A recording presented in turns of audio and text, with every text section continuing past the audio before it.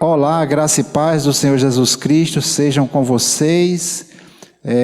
Sejam bem-vindos aqui ao canal do Ministério Águios e hoje nós estamos de volta para o nosso quinto e último estudo bíblico sobre o tema Soberania de Deus. E eu estou aqui nos estúdios do Ministério Águios com a super equipe aí, Magno e João Vitor, que estão aqui comigo.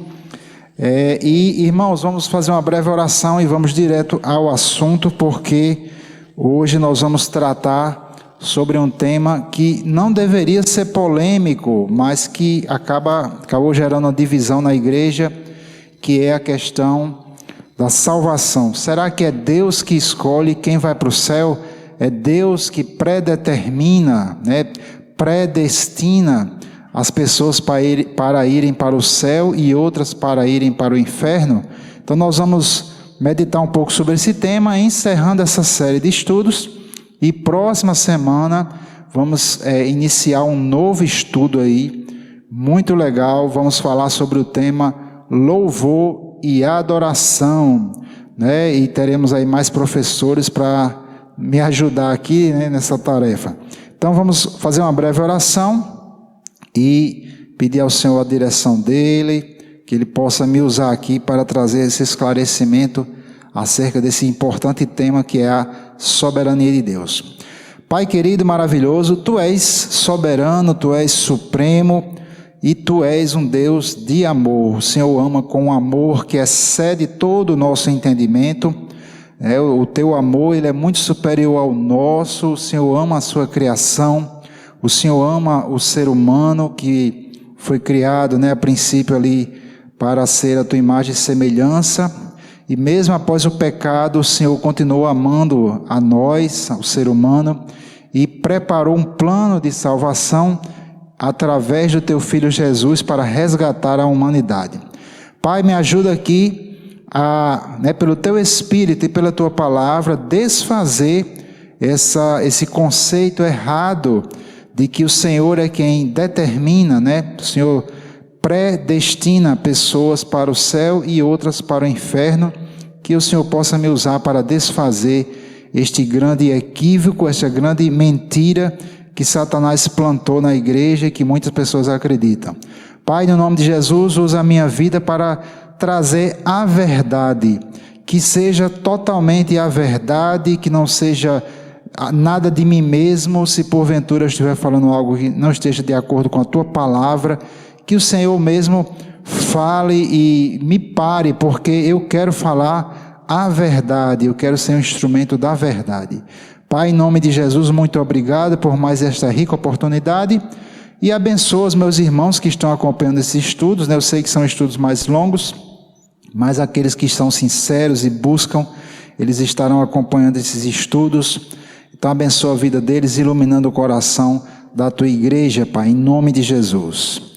Amém. Então, meus queridos, hoje é o último estudo. Eu coloquei muita coisa aqui, talvez eu não tenha condições de ministrar sobre tudo isso, porque é um tema que, como eu falei, não deveria ser polêmico, mas infelizmente, muitas pessoas acreditam nesse entendimento. Chegou essa doutrina que não vou aqui falar diretamente sobre calvinismo, não é a minha intenção fazer um estudo do calvinismo, porque são muitas doutrinas, é algo complexo, não é fácil, realmente é por isso que, principalmente, eu não quero julgar, não quero colocar todo mundo no mesmo balaio, como diz aqui, mas geralmente o pessoal que tende mais para a área do calvinismo é aquele pessoal mais que tende mais para a parte intelectual, intelectualizado, e realmente é um conjunto de doutrinas complicadas.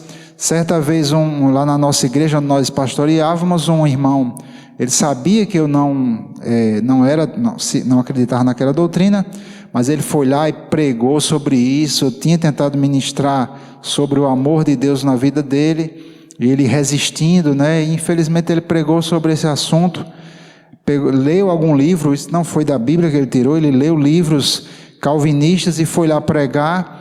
E no final eu tive de desfazer, publicamente, porque ele ensinou à igreja algo errado, ensinou que o homem não tinha o livre-arbítrio no que diz respeito à salvação.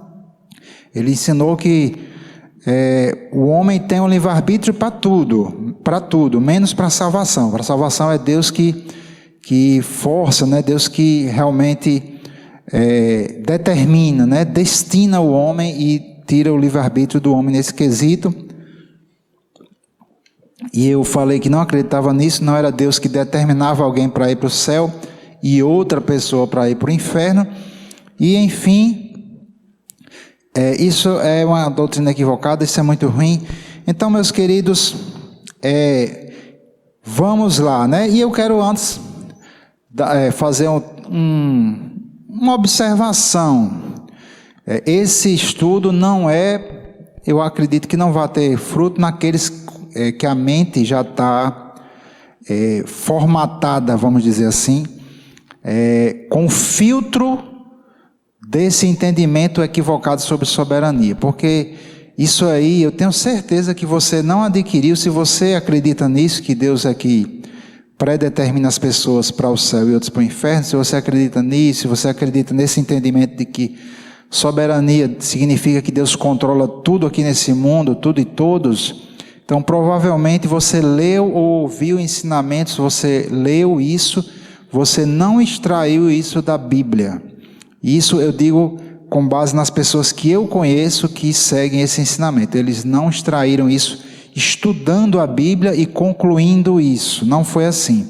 Eles leram livros e foram formatados. Então isso provoca na mente da pessoa um filtro, né? Você fica com um filtro na sua mente e esse filtro ele distorce coisas que estão na Bíblia e muitas vezes você é obrigado a acrescentar, né? A pessoa que tem esse filtro, ele lê um versículo que está claro na Bíblia, mas ele acrescenta alguma coisa, né? Eu vou mostrar para você alguns.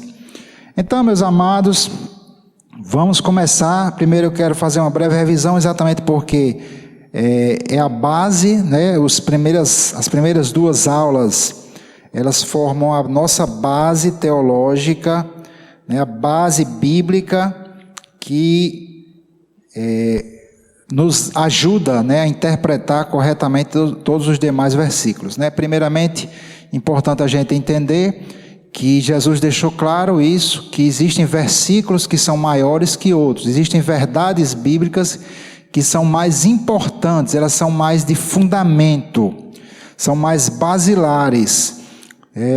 Eu não vou repetir isso, a gente já falou, né? Então, temos aqui, primeiro, Deus é amor, essa é a natureza de Deus, isso está escrito textualmente lá em 1 João, né? Lá no Evangelho de João também, tá em João 3,16 diz que Deus amou o mundo de tal maneira. Então Deus não amou apenas os eleitos, Deus amou o mundo, né? E nós vimos já tudo isso em 1 João 2,2, o sacrifício de Jesus foi por todos. Então isso é fundamental. Jesus, por exemplo, em Mateus 5,44, Jesus diz que nós precisamos, ele nos dá um mandamento, diz que nós precisamos amar até os nossos inimigos, fazer bem para aqueles que nos fazem mal. E aí ele diz, para que sejais filhos do vosso Pai que está nos céus. Então, para que nós possamos ter a natureza de Deus dentro de nós vamos ter que amar até quem nos faz mal, amar pessoas que nos perseguem, amar pessoas descrentes, né? Isso quer dizer que a natureza de Deus é a natureza que ama a todos. Então, se Deus nos ordena a amar pessoas pecadoras, pessoas ímpias, pessoas que não seguem a Jesus, significa que Deus também as ama. E se Deus ama o pecador, se Deus ama a todos, é claro que Ele vai desejar a salvação de todos, e é isso que a Bíblia diz literalmente, textualmente. Então Deus é amor e agora Deus só opera dentro da sua lei. E aí está a soberania de Deus. Deus estabeleceu leis, Ele criou as leis eternas, Ele criou as leis espirituais, Ele criou as leis físicas. Quando eu falo física, eu não estou falando da matéria física. Eu estou falando do mundo. Deus criou as leis da física, da biologia, da química, da história, sei lá, de todas as ciências. Deus criou leis, as leis regem essas coisas, leis regem os relacionamentos, né? A fé é uma lei, a cura acontece através de regras, através de leis. Então, queridos, Deus é um Deus organizado e Ele trabalha, Ele reina sobre o universo por meio das suas leis. Deus não sai da sua palavra. Uma vez que a palavra de Deus sai da boca de Deus, essa palavra ela é viva. Está lá em Hebreus 4:12. A palavra de Deus ela é viva e eficaz. A palavra de Deus, quando diz que ela é viva, significa que ela age por si própria, né? Então, por exemplo, Deus não fica preocupado com a gravidade, né? Deus criou a gravidade, agora a gravidade, será que ela vai funcionar? Será que ela não vai funcionar? Não, a palavra de Deus criou a lei da gravidade e a lei da gravidade funciona por si própria. Então a palavra de Deus ela é viva e ela funciona por si própria, e Deus só age por meio da sua palavra. Então esse foi um breve resumo, um breve comentário, porque a gente vai embasar com esses versículos aqui que eu citei, com essas verdades, esses fundamentos que foram lançados nas primeiras aulas, primeira e segunda especificamente. Nós vamos comentar sobre essa questão aí.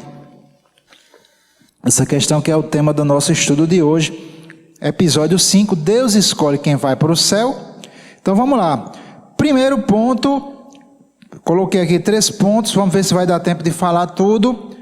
Ponto A, Deus chama a todos para a salvação, né? Isso está muito claro na Bíblia,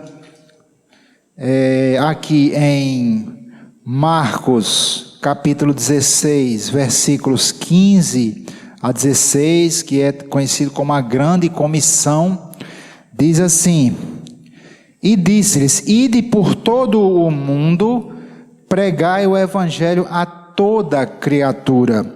Quem crê e for batizado será salvo, quem não crê será condenado. Então, primeiro, a ordem é para pregar para toda a criatura. Ora, se Deus escolheu alguns para ir para o céu e já outros para ir para o inferno, não haveria necessidade de a gente pregar o evangelho para toda criatura. Seria uma loucura, seria um contrassenso eu pregar, olha, tem oportunidade, aceite Jesus que você vai para o céu. Mas Deus já predeterminou aquela pessoa para ir para o inferno, né? Então, essa ideia é totalmente absurda.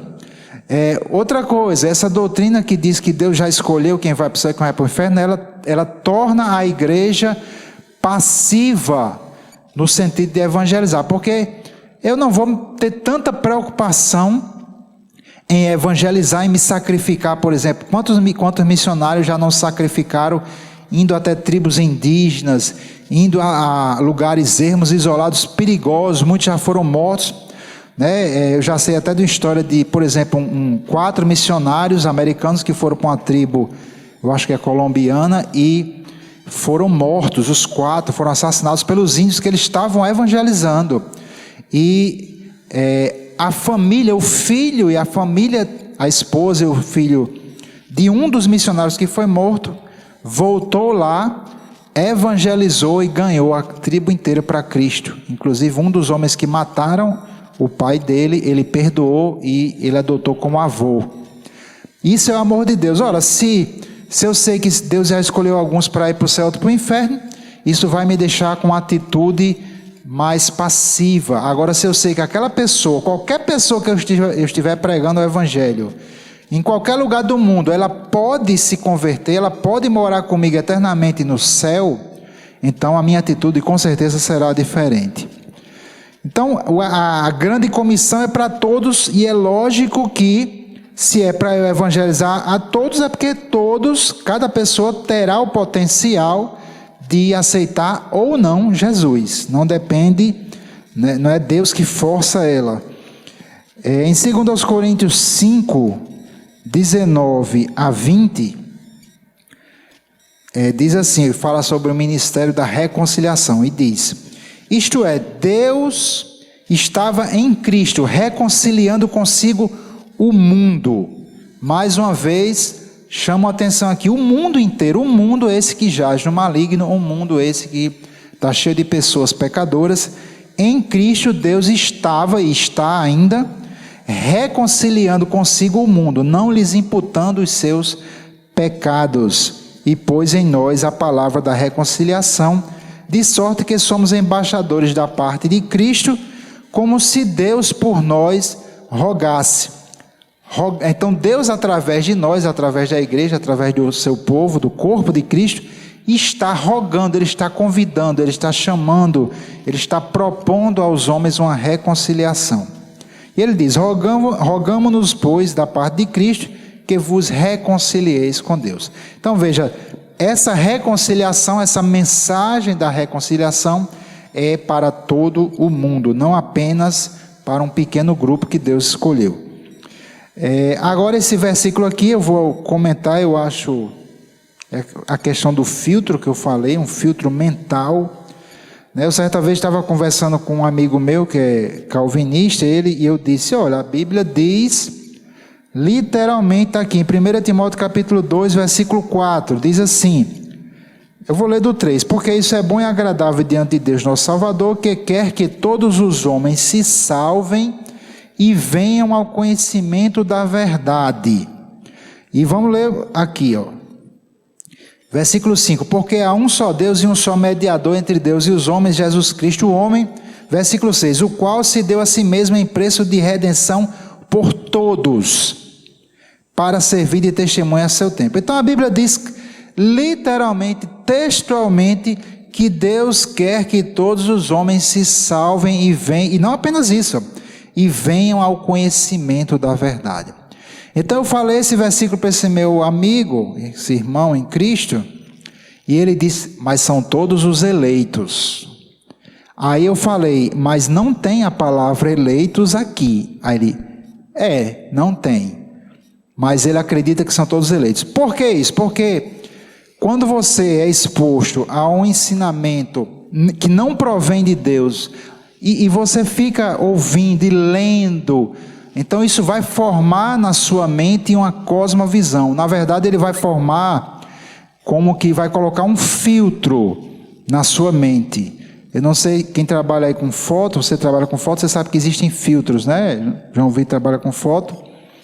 Existem filtros, você coloca um filtro diante da câmera, da lente, ele vai mudar, né? Existe, por exemplo, certos filtros que eles bloqueiam a luz vindo de um certo sentido. Então você, quando vai fotografar o mar, por exemplo, o mar ele reflete a luz do céu, a cor azul. É por isso que o mar, às vezes você pensa que ele é de uma certa cor, uma cor assim mais entre azul e verde. Quando você joga a lente, o mar fica bem verdinho, porque de fato a cor do mar é verde, não é azul. Mas quando você está olhando para o mar, ele vai refletir o céu, a cor azul do céu, e a lente vai bloquear essa luz que é refletida, certo? Então a lente ela vai alterar a visão que você tem, certo? Então, por que é que esse meu amigo ele lê o versículo que diz claramente, Deus quer que todos os homens se salvem, mas ele lê e ele altera o versículo e coloca aqui os eleitos. Mas aqui não está falando em eleitos em canto nenhum. Se você pegar o contexto, os versículos que vêm antes e os que vêm depois, você vê, por exemplo, vamos ler aqui a partir do versículo 1. Admoesto-te, pois, antes de tudo que se façam deprecações, orações, intercessões e ações de graça por todos os homens. Não fala em eleito. Ora, nós não oramos apenas pelas pessoas que são salvas, que aliás, eu não sei nem se a pessoa é salva mesmo, eu não tenho como saber. Então a Bíblia manda a gente orar por todos os homens, né? Jesus falou, já citei, orar por aqueles que me perseguem, e logo depois ele diz, pelos reis e todos os que estão em eminência, em posição de autoridade, para que tenhamos uma vida quieta e sossegada em toda piedade e honestidade. Ora, na época que Paulo escreveu isso aqui, as autoridades, praticamente não existia autoridade cristã. Então é lógico que esse versículo está ordenando a gente orar por todas as pessoas, todos aqueles que estão em posição de autoridade. E dentro desse contexto ele continua, porque isso é bom e agradável diante de Deus, nosso Salvador, que quer que todos os homens se salvem e venham ao conhecimento da verdade. E ele explica que Jesus deu, versículo 6, aliás, isso mesmo, o qual, Jesus se deu a si mesmo em preço da redenção por todos. Então, meus queridos, a Bíblia está clara, ipsiliteris, está aqui textualmente dizendo, foi Deus que escolheu, ele predeterminou.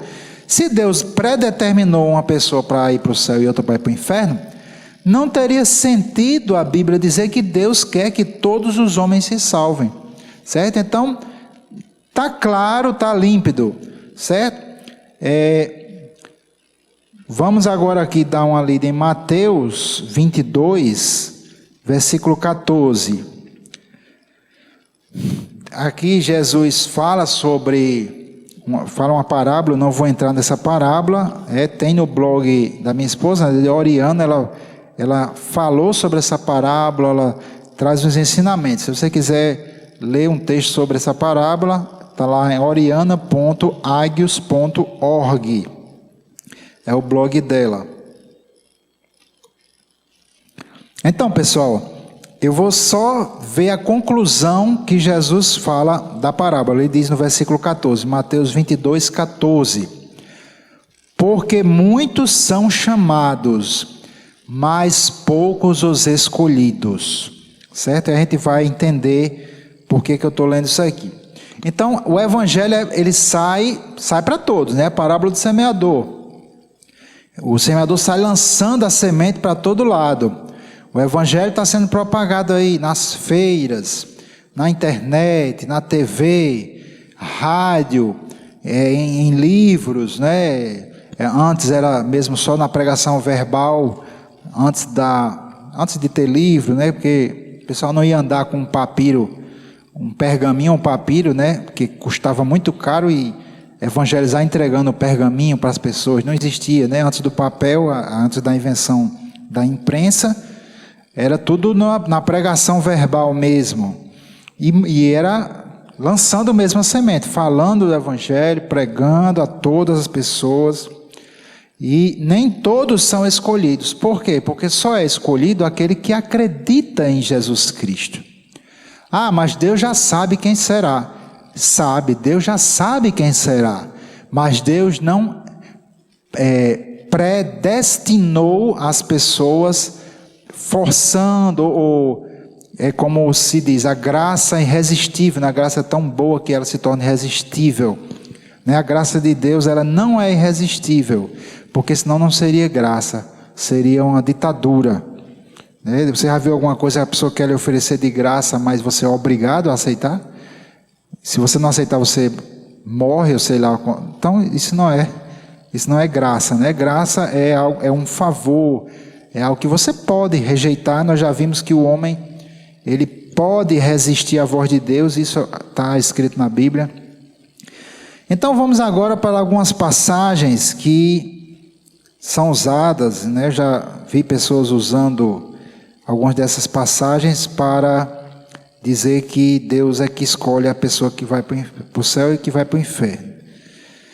Aqui em Romanos capítulo 8, versículo 29 a 30, vamos dar uma examinada aqui, e eu não tenho como varrer todos os versículos que são usados como base para se dizer que Deus é que escolhe a pessoa que vai ser salva, e a pessoa não tem opção. Eu não tenho como fazer isso, porque existe toda uma doutrina, é muito complicado, e eu não tenho esse objetivo aqui. Esse vídeo, como eu falei, não é para quem já está com a cabeça feita nessa doutrina. Esse vídeo é para aqueles que são sinceros e entendem que Deus ama a todos e tem dúvidas sobre essas questões, dúvidas na área da oração, dúvidas na área de cura, porque nem todos são curados. Isso a gente já tratou na aula passada. Então, eu quero falar sobre esse ponto especificamente hoje.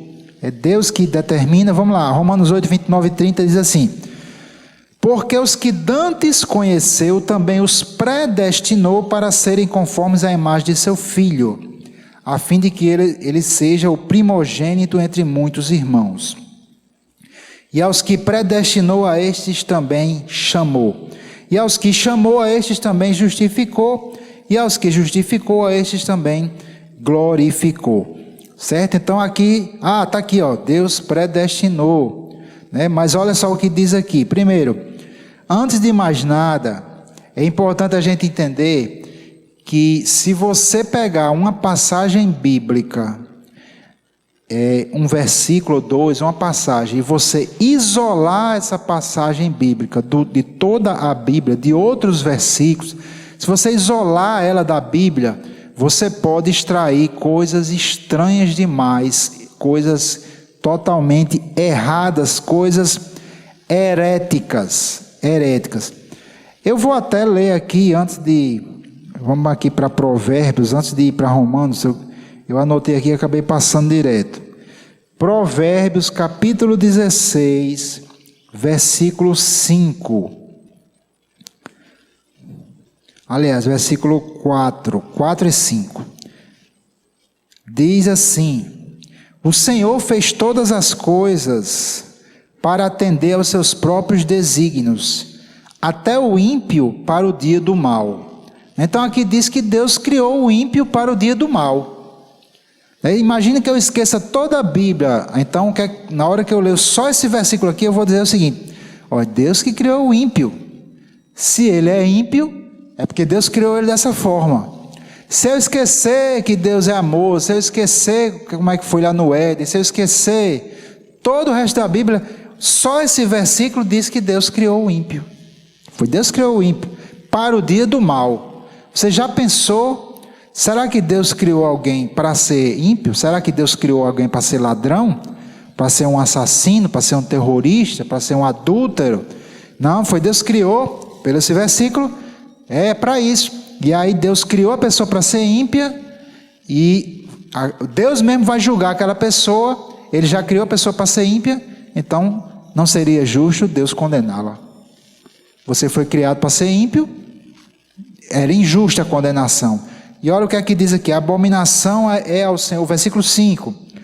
A abominação é ao Senhor todo altivo de coração, não ficará impune, mesmo de mãos postas. Olha só, então quer dizer, Deus vai punir uma pessoa que é altiva de coração, mas se foi Deus mesmo que criou ele para ser ímpio. Então, quando você pegar versículos que pareçam dizer alguma coisa estranha, diferente, puxa, Deus criou o ímpio, você precisa contextualizar, você tem que entender que esse versículo está querendo dizer alguma coisa, mas existem muitos outros, centenas, milhares de versículos que vão trazer luz sobre aquilo ali. Principalmente os versículos que eu falei, são basilares, eles são fundamentais. Então Deus criou, como é que eu interpretaria esse versículo de Provérbios 16:4? Eu diria, simples, Deus criou o homem puro, Deus criou o homem para servi-lo, Deus criou o homem, os mandamentos, não furtarás, não matarás, etc. Então Deus criou o homem puro. Agora, o homem ele segue um caminho, pode seguir um caminho de pecado, Deus terá que julgá-lo, e Deus pode utilizar isso, Deus pode usar sim um ímpio, mas Deus vai julgá-lo. Deus usou Ciro, um rei ímpio, para abençoar o povo de Israel, certo? Mas haverá consequências da impiedade.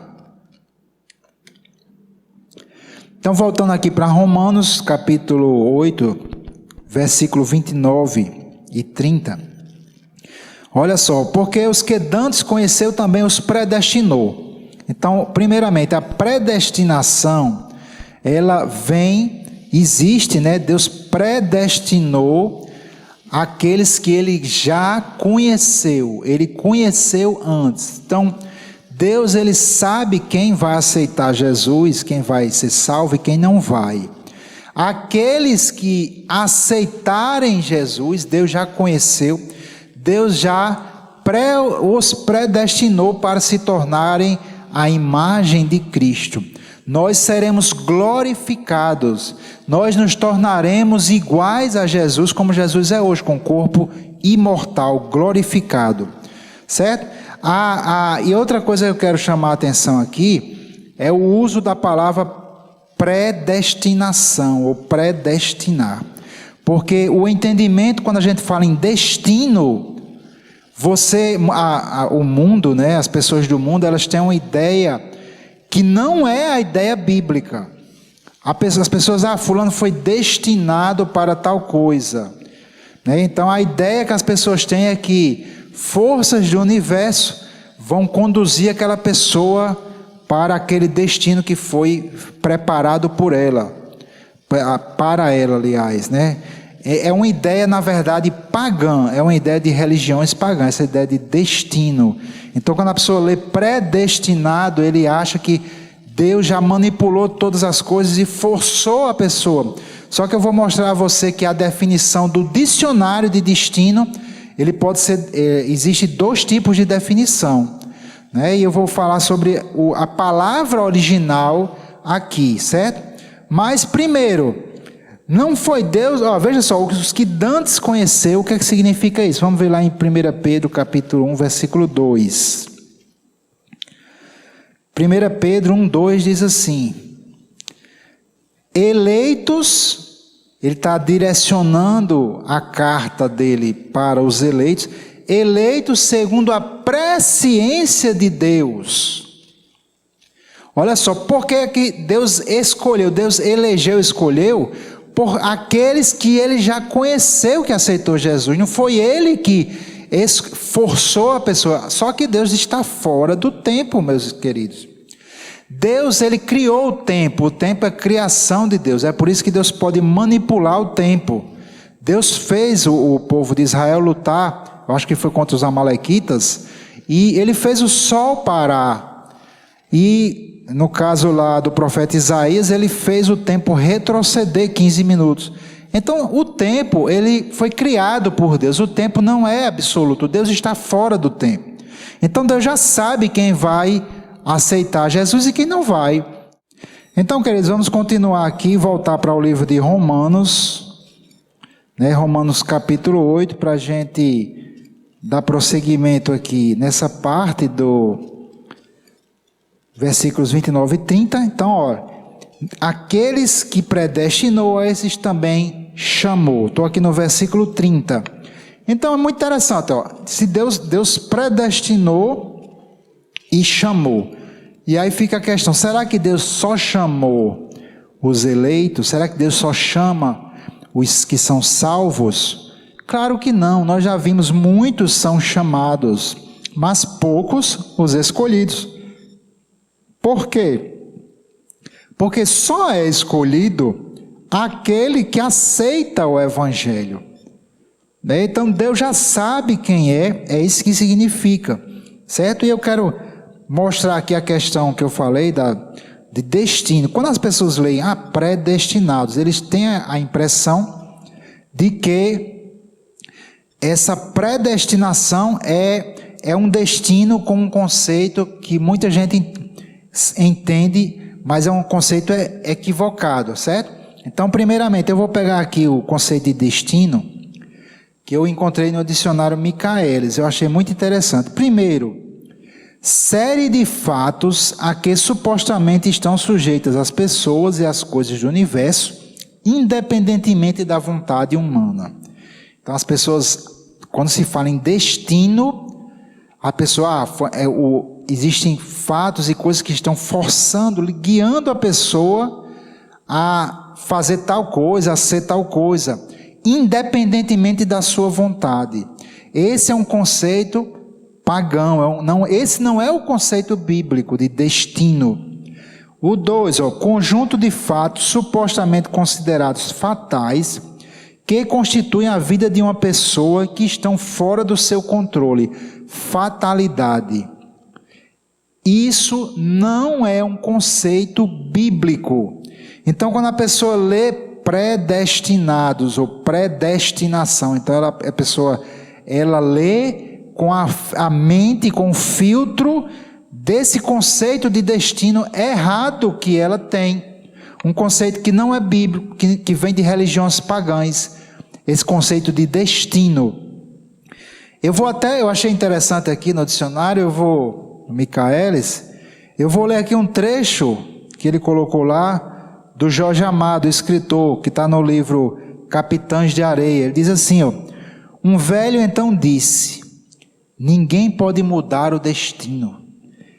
É coisa feita lá em cima, e apontava para o céu, dando a entender que era Deus que tinha destinado aquilo ali, que você não pode mudar. E isso não é um conceito bíblico, irmãos.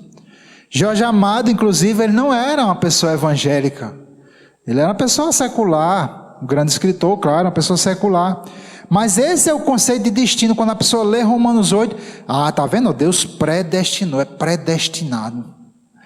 E ela filtra a palavra predestinado, né? É um destino prévio que foi preparado por Deus, e ela acha que esse é o conceito de destino. Mas isso não é verdade. Essa ideia, ela não é bíblica, ela não vem de Deus, e ela vem de religiões pagãs.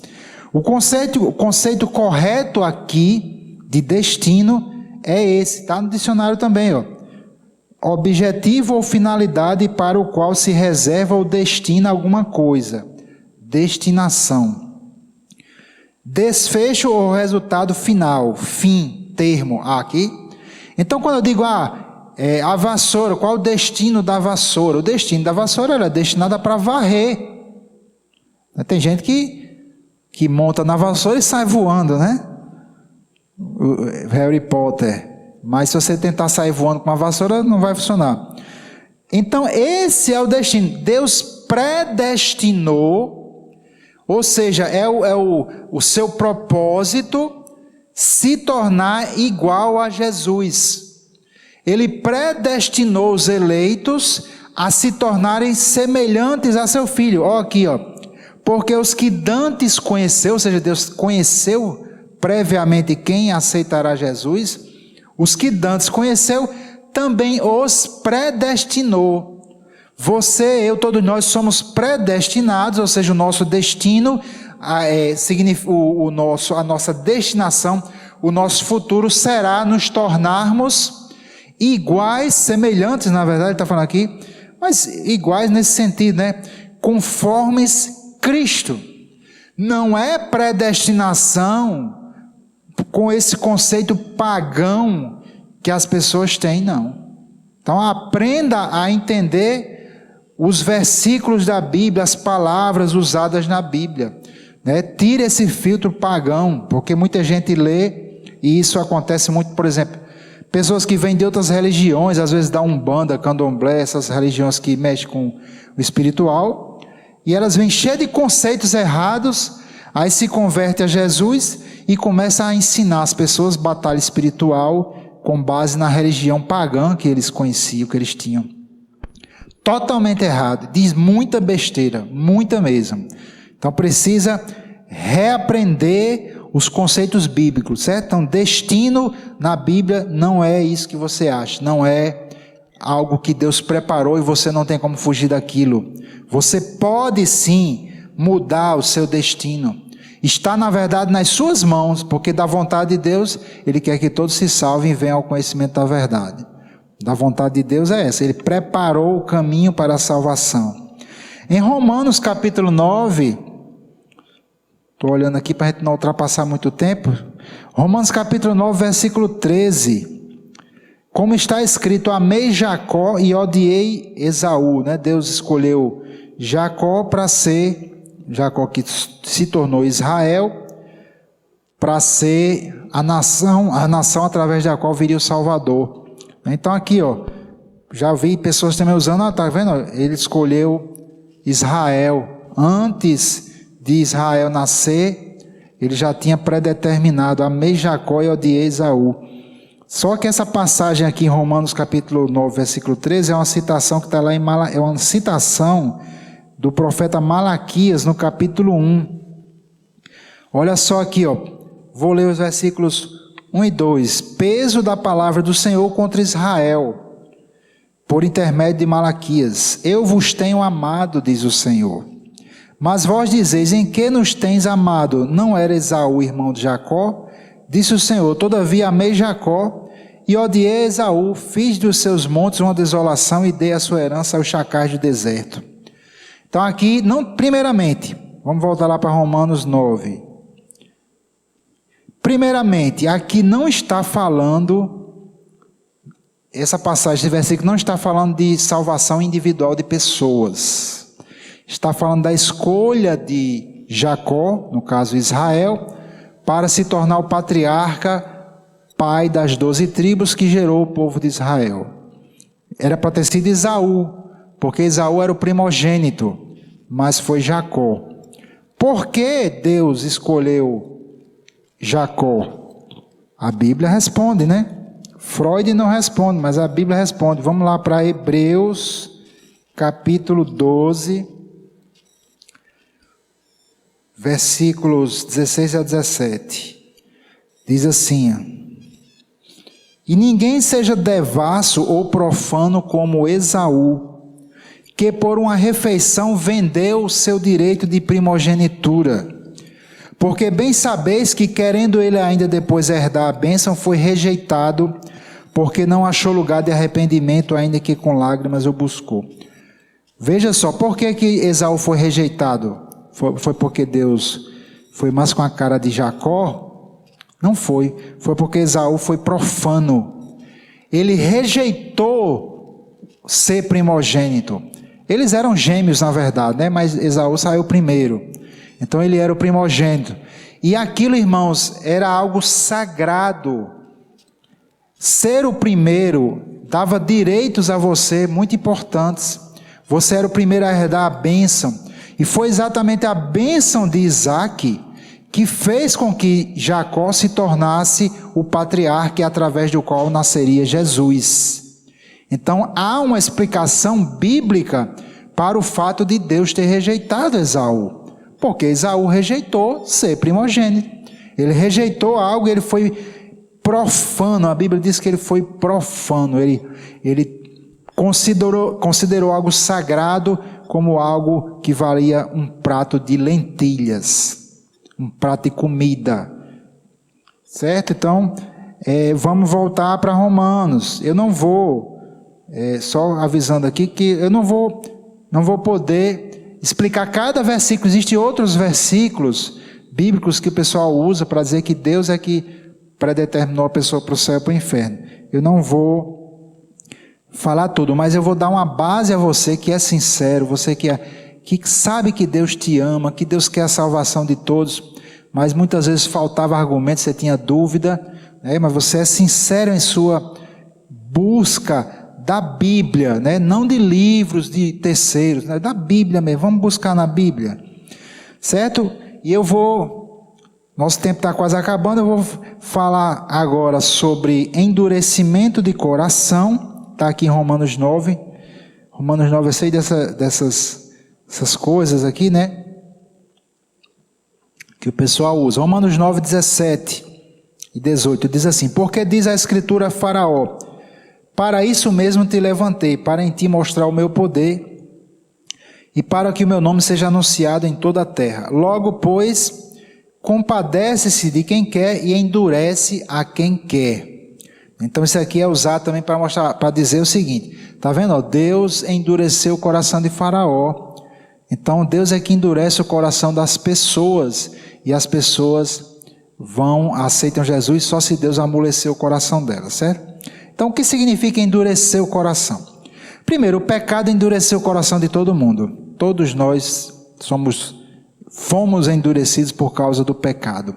A Bíblia diz: todos pecaram. A Bíblia também diz aqui, Paulo cita: não há um justo, nem um sequer, não há nenhum que busque, todos se extraviaram, e juntamente se fizeram inúteis. Paulo fala isso lá em Romanos capítulo 3. Então, meus queridos, todos nós estávamos com o coração endurecido pelo pecado, mas Deus nos convence, Deus fala conosco, e isso vai e permite que a gente creia, ande em fé e aí somos salvos. Por que Deus não fez isso com Faraó? Ou seja, por que Deus não falou diretamente com Faraó? E ele explica: para em ti mostrar o meu poder e para que o meu nome seja anunciado em toda a terra. Então ali Deus estava inaugurando a aliança, a lei de Moisés. E a lei de Moisés veio através de, adivinha, Moisés, né? Claro. Então Deus não falou diretamente com Faraó. Deus falou com Faraó através de Moisés e de Arão. E Faraó era um homem muito orgulhoso, porque o Faraó, ele era Deus, ele era considerado um Deus pela religião, cultura egípcia. E claro, Faraó era arrogante, era soberbo, ele era um semideus, um deus, né? Eles eram considerados deuses. E o coração dele já era endurecido, apenas que Deus endureceu o coração de Faraó no sentido de que Deus não falou diretamente com Faraó. Deus falou através de Moisés. Quando Deus não fala diretamente com você, o seu coração ele permanece endurecido. Veja, por exemplo, no caso de Abraão, quando Abraão mentiu lá, desceu para o Egito e disse que Sara era irmã dele. Na verdade foi uma meia verdade, né? Porque Sara era meia irmã de Abraão. Mas ele mentiu, ele ocultou o fato de que Sara era esposa de Abraão. Então o faraó achou ela bonita, pegou ela para preparar, né, para ser esposa dele. O que é que Deus fez? Deus não deixou o coração de Faraó endurecido. Deus falou diretamente com Faraó. Disse, devolva a mulher do homem porque ele é profeta, senão vai morrer tu e tua casa todinha. E aí ele imediatamente, devolveu, ainda pediu, né, Abraão teve que orar para o Faraó. Então, se Deus quisesse falar diretamente com o Faraó aqui, ele teria falado, solta esse povo agora. Mas Deus deixou. Então, quando Deus entrega você as suas próprias vontades, isso é que quer dizer endurecer o coração. Deus deixa você fazer o que você quer fazer. Então, nós, na verdade, escapamos disso, né? Deus fala conosco, Ele não deixa a gente entregue ao pecado. Então, endurecimento de coração é quando Deus deixa a pessoa fazer o que ela quer fazer. Certo? Então, por que Deus fez isso com Faraó? Para que o nome dele fosse anunciado em todas as nações e houvesse salvação. Porque, lembre-se sempre, Deus quer a máxima salvação possível. Deus vai fazer o que está ao alcance dele, dentro da sua lei, para salvar o maior número de pessoas possível. E a salvação ela vem através da fé em um nome. Você não está vendo Jesus fisicamente na sua frente. Você ouviu falar de um homem chamado Jesus Cristo e você invocou esse homem pelo nome dele. Então a salvação ela vem pelo nome do Senhor, né, que faz referência àquela pessoa, mas eu não estou vendo Jesus. A salvação vem pela fé no nome de Jesus. E é por isso que Deus fez aquilo ali, porque o nome do Senhor foi anunciado em toda a terra e houve temor a Israel, né? O plano de Deus teve de se cumprir. Então não é maldade de Deus fazer isso. E é isso que Paulo vem falando, né? Ele diz assim, aí no versículo 19, dir-me-ás então, por que se queixa ele, Deus, né? Por que se queixa ele ainda, porquanto quem tem resistido à sua vontade? Você pode dizer, está vendo, aqui diz na Bíblia que quem é que pode resistir à vontade de Deus? Meus queridos, Paulo está falando isso aqui, Paulo não está falando uma verdade bíblica, ele está falando um argumento, uma alegação que os homens podem levantar. Os homens dizem isso, inclusive é isso que a gente está combatendo aqui. Os homens dizem, quem pode resistir à vontade de Deus? Algumas pessoas acreditam que ninguém pode resistir à vontade de Deus. Só que nós já vimos vários versículos que demonstram claramente que o homem pode sim resistir à vontade de Deus, e o homem de fato resiste à vontade de Deus e muito. Nós vimos isso lá em Hebreus, por exemplo, ele diz, quando você ouvir a sua voz, não endureça o seu coração. Estevão, quando prestes a ser apedrejado, disse, disse para os judeus, para os fariseus: vocês sempre resistem ao Espírito Santo. Então os homens resistem a Deus, sim. Veja só, isso aqui não é uma verdade bíblica, de que ninguém pode resistir a Deus. Pode, as pessoas podem sim resistir a Deus, resistir à vontade de Deus. Então, Paulo não está dizendo aqui uma verdade bíblica, ele está dizendo uma alegação que os homens estão fazendo. Ele está usando um certo sarcasmo aqui, e é isso que ele está falando depois. Então, sempre você precisa interpretar esses versículos aqui de Romanos 9 e outros à luz do resto da Bíblia. Você não pode rasgar o resto da Bíblia todinha e ficar só com o que você quer, não. Você vai acreditar em uma mentira, em uma heresia. Ok, gente? Eu não vou... tem outros versículos, não são muitos, são poucos, não são muitos versículos. A maioria dos versículos mostra, a maioria esmagadora dos versículos mostra que Deus ele ama, que ele quer salvar a todos, que ele preparou o caminho da salvação para todos, que Jesus morreu por todos, mas Deus ele não vai contra a sua própria palavra. Existe uma lei que opera, é a lei da fé, e você só é salvo mediante a fé. E aí eu vou fechar, acho que vai dar tempo. O último ponto a salvação é mediante a fé. Efésios capítulo 2, versículo 8, que diz: porque pela graça sois salvos por meio da fé, isso não vem de vós, é dom de Deus. A salvação é gratuita, é um dom, é um presente, mas vem através da fé. E a fé, ela vem quando o homem abre o coração, ele é convencido. Às vezes é mais rápido, às vezes é mais lento, certo? Tem que ter a intercessão, tem que ter a evangelização, certo? Mas vem através da fé. A salvação também precisa vir através de homens. Deus não vai bradar dos céus com a voz de trovão, ordenando as pessoas, dizendo: sejam salvos. Se ele quisesse, ele poderia fazer isso, só que isso iria de encontro à palavra dele, à lei dele. Eu não sei se eu comentei já aqui, mas eu vou comentar que a nossa salvação ela só é possível porque nós pecamos por ignorância. Se as pessoas vissem Deus, ouvissem, tivessem um conhecimento de Deus e continuassem pecando, a salvação não seria possível, porque Jesus intercedeu na cruz, estava ali se oferecendo em sacrifício pelo nosso pecado. Ele disse, ele fez a intercessão, não foi só para quem estava matando ele, foi por toda a humanidade. Jesus disse: Pai, perdoa-os, porque não sabem o que fazem. Essa oração, inclusive, ela estava profetizada lá em Isaías 53, lá no final do capítulo, quando diz que Jesus lá na cruz intercederia pelos pecadores. Então, Deus ouviu aquela oração e Deus nos traz salvação e perdão por causa da nossa ignorância, porque o pecado ele tem uma consequência eterna, certo?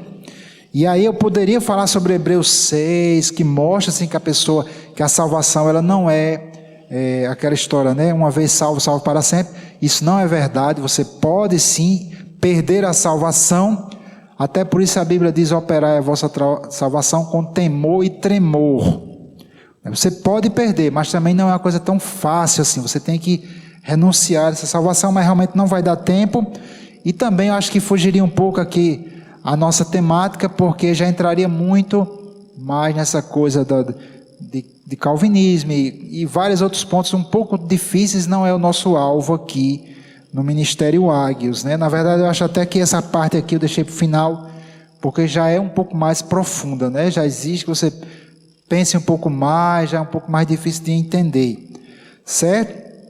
Mas a salvação precisa vir através de homens. Está lá em Atos 10, quando um anjo chega para o Cornélio, e diz: olha, manda os homens lá em Jope, vai atrás da casa de Simão Curtidor, atrás de um cara chamado Pedro. Ora, por que o anjo não chegou e disse: meu filho, aceite Jesus? Cornélio, quando ouviu o anjo, opa, Senhor, pode dizer. O que o anjo dissesse, ele fazia. Era só o anjo dizer: olha, aceite Jesus como seu Salvador. Ele aceitaria. O que o anjo falasse ali, ele aceitava.